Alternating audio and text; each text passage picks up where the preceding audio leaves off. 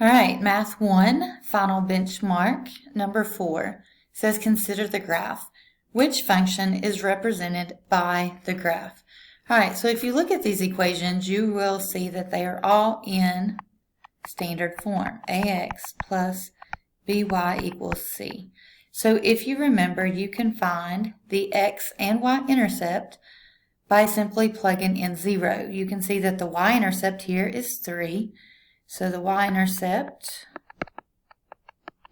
equals 3. And you can see that the x-intercept is equal to positive 6.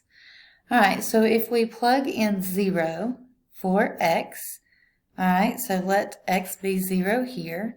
And then that's going to give me negative 2y equals negative 6. Divide by negative 2, y equals 3.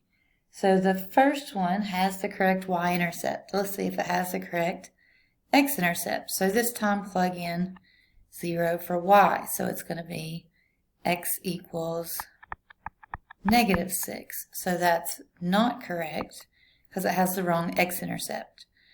All right, so for the second one, substitute 0 in for x, and you get negative 2y equals 6. Divide by negative 2. Y equals negative 3. All right, we don't even have to check the x because we need a positive 3 there. All right, so for C part, substitute 0 in for x, and you get 2y equals negative 6.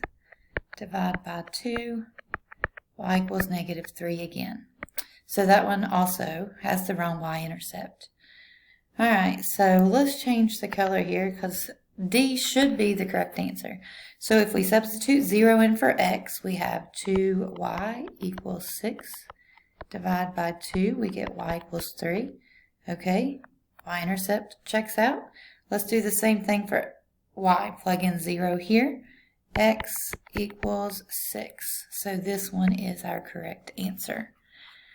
All right, if you don't remember how to use standard form and plug in zeros for your x and y intercept, you also could take this equation and solve it for y and put it in slope intercept form. So very quickly, if we have we have x plus 2y equals 6. So we already know that D is the correct answer. I'm just going to show you how to rewrite this in slope intercept form if you want to do it that way. All right, you could subtract x, and you could do this with each equation, and then divide by 2. Y equals negative 1 over 2 x, and then 6 over 2 reduces to 3. All right, so what we do is say that we have a point at our y-intercept. That's our starting point 3. And if you go down 1 over 2, you get another point.